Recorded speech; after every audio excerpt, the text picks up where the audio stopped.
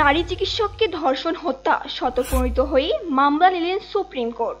ভারতের পশ্চিমবঙ্গ রাজ্যের কলকাতায় আর.জি. কর মেডিকেল কলেজে ধর্ষণ ও হত্যার শিকার সেই চিকিৎসকের বাবা মা বলেছেন, রাজ্যের মুখ্যমন্ত্রী মমতা বন্দ্যোপাধ্যায়ের ওপর তারা আস্থা হারিয়ে ফেলেছেন। পুলিশ যে খাতে মামলাটি সামলাচ্ছেন তা দেখে আস্থা নষ্ট হয়েছে তাদের। এনডিটিভিকে দেওয়া এক সাক্ষাৎকারে এসব কথা বলেছেন তারা। ভুক্তভোগী চিকিৎসকের বাবার মতে, কেন্দ্রীয় তদন্ত সংস্থা অত্যন্ত চেষ্টা করছে। তার দাবি, তিনি তার মেয়ের ডায়েরির একটি পৃষ্ঠা সিবিআইকে দিয়েছেন, তবে সেখানে কি লেখা আছে তা এনডিটিভিকে জানাননি। রাজ্য সরকারি তদন্তের ব্যাপারে জানতে চাইলে হত্যাকাণ্ডের শিকার নারী চিকিৎসকের বাবা বলেন, আগে মমতা বন্দ্যোপাধ্যায়ের ওপর আমার পূর্ণ আস্থা ছিল, তবে এখন আর নেই।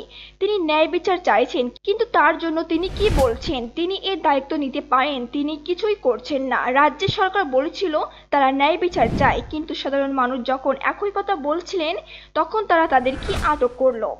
কলকাতায় আর.জি. কর মেডিকেল কলেজ ও হাসপাতালের নারী চিকিৎসককে ধর্ষণের পর হত্যার ঘটনায় ভারতের সুপ্রিম কোর্ট স্বতঃপ্রণোদিতভাবে একটি মামলা গ্রহণ করেছেন। সুপ্রিম কোর্টের প্রধান বিচারপতি ডি.ওয়াই চন্দ্রচূড়ের নেতৃত্বাধীন ৩ সদস্য বেঞ্চে আগামীকাল মঙ্গলবার এই মামলার শুনানি হওয়ার কথা রয়েছে। বেঞ্চের অপর 2 সদস্য হলেন বিচারপতি জে.বি. পারদিওয়ালা ও বিচারপতি মনোজ মিশ্র। ৯ আগস্ট ভোরে হাসপাতালটির 4তলা সেমিনার কক্ষ থেকে নারী চিকিৎসকের লাশ পাওয়া যায়। পরে জানা যায় তাকে ধর্ষণের পর হত্যা করা হয়েছে। রাতের পালায় হাসপাতালের দায়িত্ব পালন শেষে এই নারী চিকিৎসক সেমিনার কক্ষে বিশ্রাম নিচ্ছিলেন। নারী চিকিৎসককে ধর্ষণ হত্যার ঘটনার পশ্চিমবঙ্গের রাজধানী কলকাতা সহ পুরো রাজ্যে বিক্ষোভ প্রতিবাদ চলছে। চিকিৎসকদের শুরু করা এই বিক্ষোভ এখন গণমানুষের আন্দোলনে পরিণত হয়েছে। কয়েকদিন ধরে চলা এই বিক্ষোভে দিকে দিকে উই অন জাস্টিস স্লোগান শোনা যাচ্ছে। আন্দোলন আজ 11তম দিন গড়িয়েছে।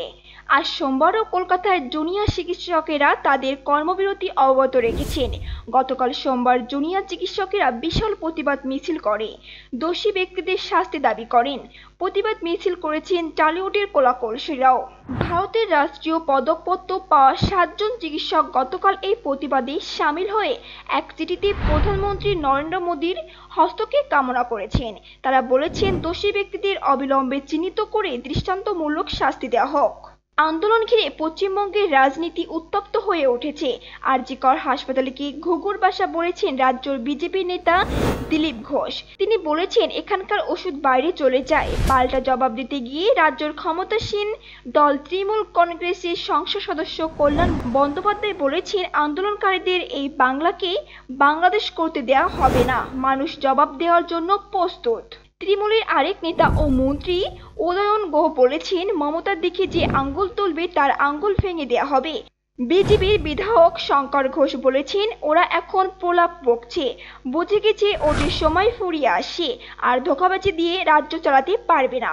নারী চিকিৎসককে ধর্ষণ ও হত্যার প্রতিবাদে গতকাল হাজারো ফুটবল সমর্থক কলকাতার যুব ভারতীয় স্টেডিয়ামের সামনে বিক্ষোভ করেন। বাতিল হয় ডুরান্ড কাপের মোহনবাগান ও ইস্টবেঙ্গলের ম্যাচ।